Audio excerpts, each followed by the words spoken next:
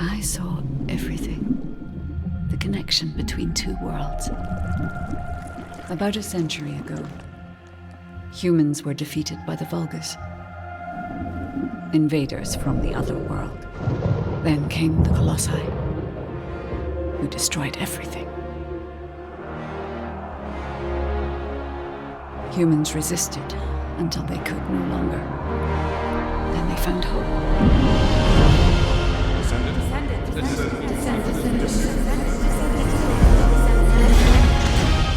They were gifted the forgotten ancestors' power. Finally, they could fight with newfound strength. But another threat had emerged. Karel, the new leader of the Vulgus. His dark ambitions are driving both worlds to the brink of collapse. We must fight back.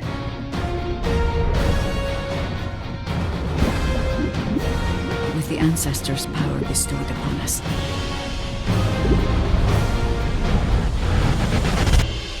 Descendant, can you hear me? I've been waiting for you.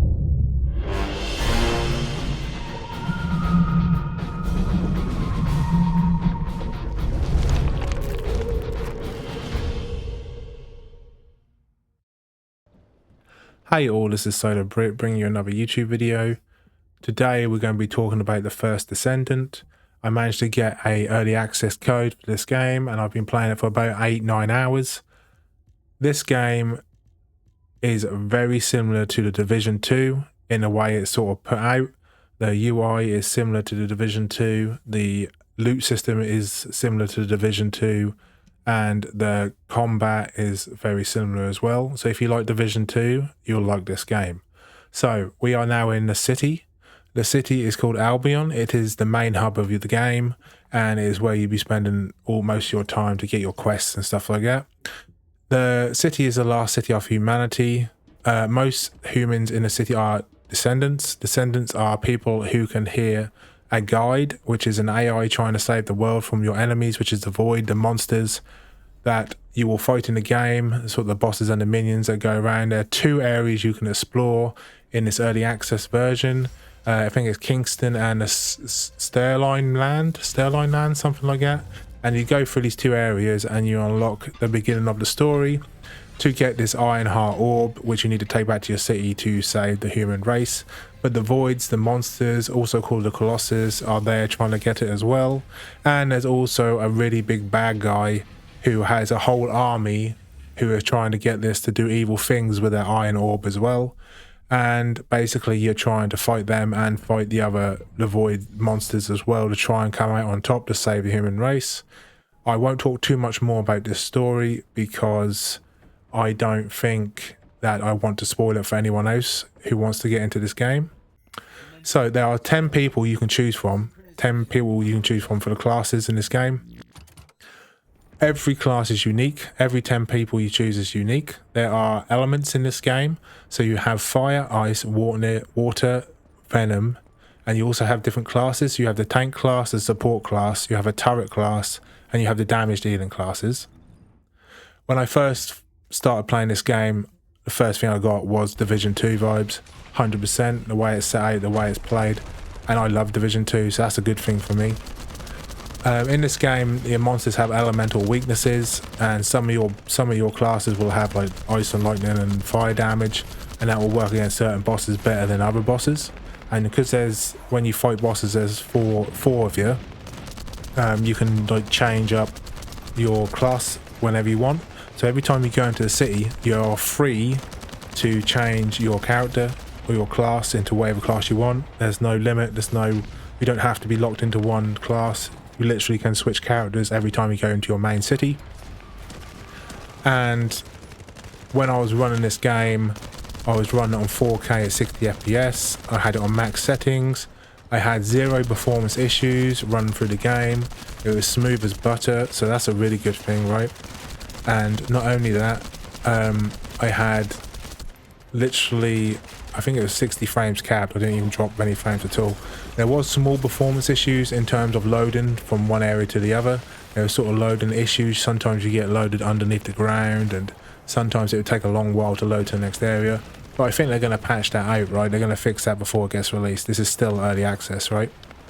So I played every class in the game, and I beat the 2 main big bosses in this game, and it was super fun. And there's also a dungeon finder in this game, so when you fight the bosses, you go to the boss area and you select dungeon finder. There's a team of 4 people which you can group with randoms, and then you can go and fight that boss, wait till the lobby starts, and then you go straight into that area. There also happens to be dungeons in the actual 2 areas you can go into that are unlocked for you in the early access, which are 2 sort of outer areas of the city. These are like big open world areas which you do your quests, your story quests and your side quests. And these will basically be going around the different areas with your team or by yourself and getting the objectives, killing the bosses, maybe taking the dynamite to the point to destroy it, like the generators and stuff like that. It's quite a nice Division style sort of objective based side quests and stuff like that. In this game you have, in terms of guns, you have a lot. So let me think if I remember this rightly. You have laser rifles, you have SMGs, you have machine guns, you have revolvers, you have pistols, you have grenade launchers, you have snipers, you have shotguns, and you also have a couple of other ones I probably missed out. But they have a sort of card system that you add in your inventory. And what that does is it simply adds different buffs, sort of modifiers to your guns and your armor.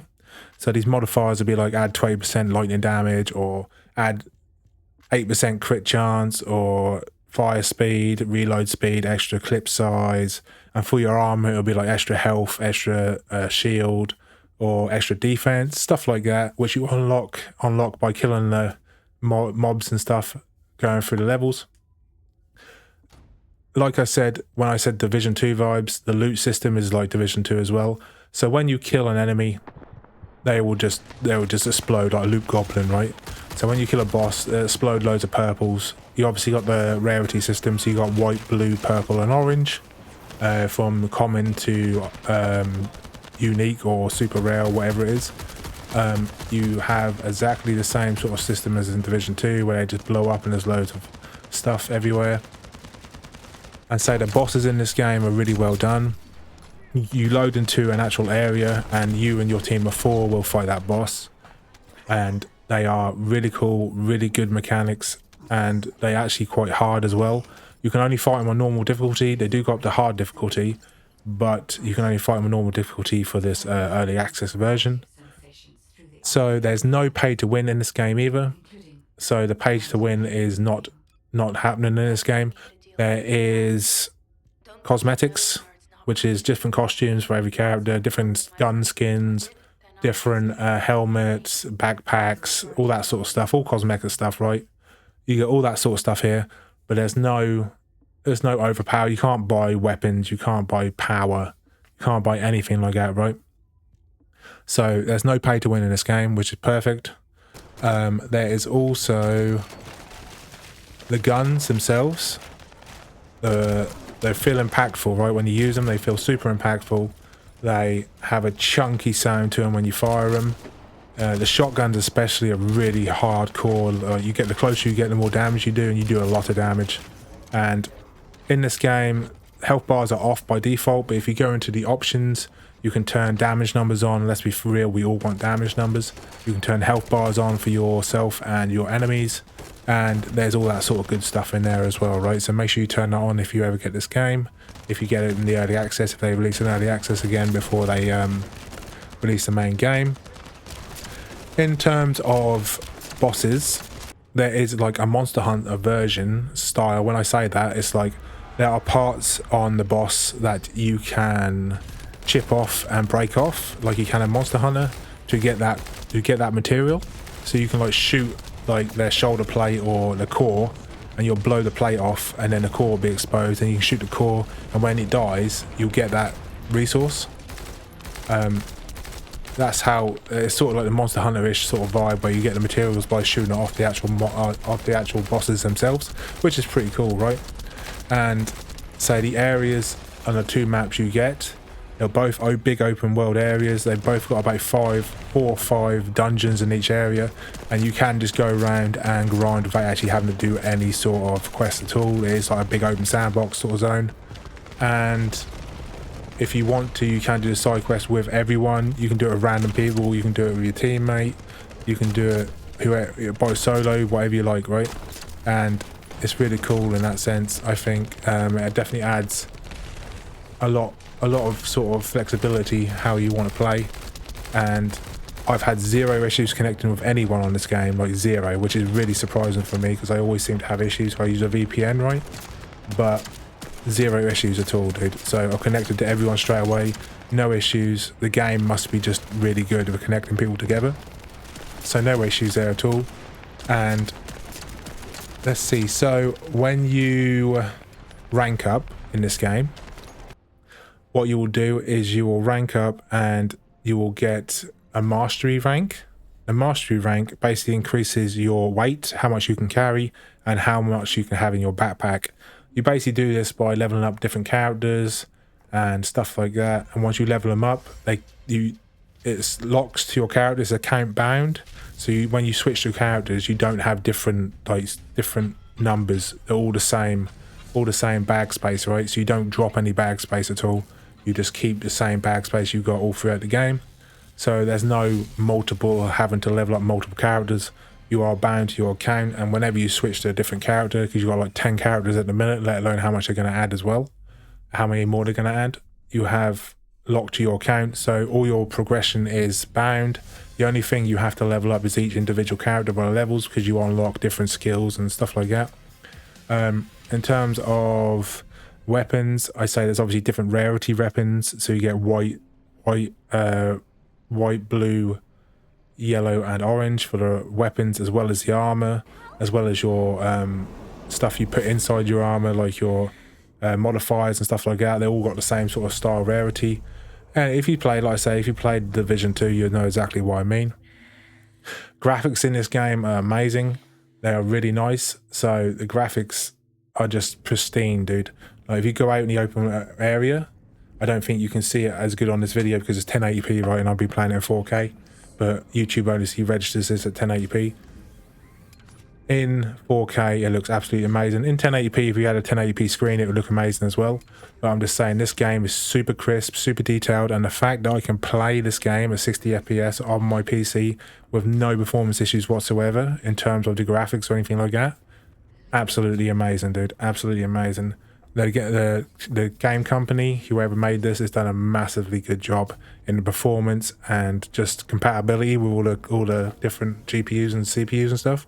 Because I'm running an AMD GPU and I'm running an Intel CPU, and I've had 0 issues whatsoever. And normally AMD is normally the one that gives you the issues, and I ain't had any issues whatsoever. So hats off to them for that. So if you like this video, make sure you hit that like and subscribe button. And this is my opinions on this game at the minute. And honestly, if you're listening to me in my opinion, I would say definitely get this game, or definitely go to Steam and put it on your wish list and follow it. They also have a Discord if you want to get any sort of stuff early. But I say definitely wish list it if you like this sort of game. It's absolutely amazing, and I'll see you on the next one. Peace.